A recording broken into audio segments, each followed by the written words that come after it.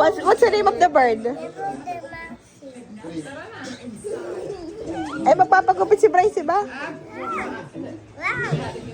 The bird! The bird! Matagal ba yan? Nakapila na nga po, sabi ko yung... Pero gumawakan! Ay, natatakot. Lagay mo sa ulo ni Toby. Lagay mo sa ulo. Lagay mo sa ulo. Lagay mo.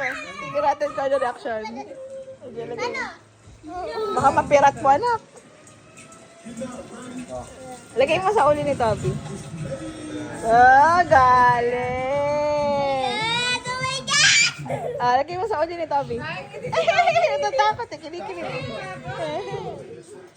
Lagay mo sa ulo ni Toby. What's the name of the bird? Sino to? Sino ba to? What's the name of the bird daw?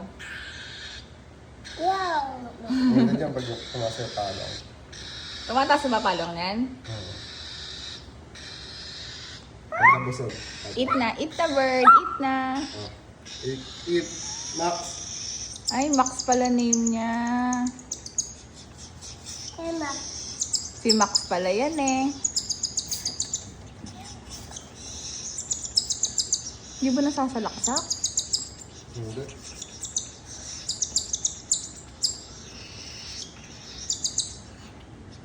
So, ganyan lang talaga kadami kain yan. Kailan ulit ang kain yan? Mamaya. Pero kawakan. Pwede oh. Touch mo siya. Pag ba ganyang maingay, ang ibig sabihin nun? Kanina pa maingay yan eh. Gutom na kaya yun? Ikaw naman, kawawa naman si Max. Hindi kumakain. Hungry. So, kailan yan matututong lumipad? Ngayong week. Next week. Start. Iti-train mo, ganon. Oo. Bilang mo na nung cage. Ang init nito, oh. Pag sarado to, mainit to.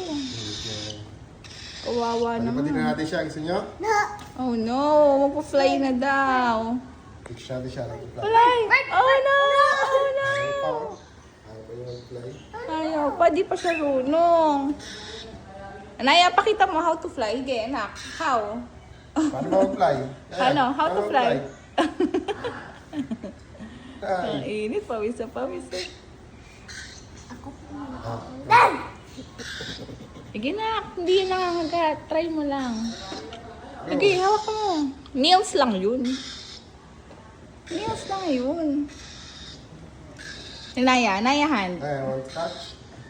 Ayaw din, takot. Max.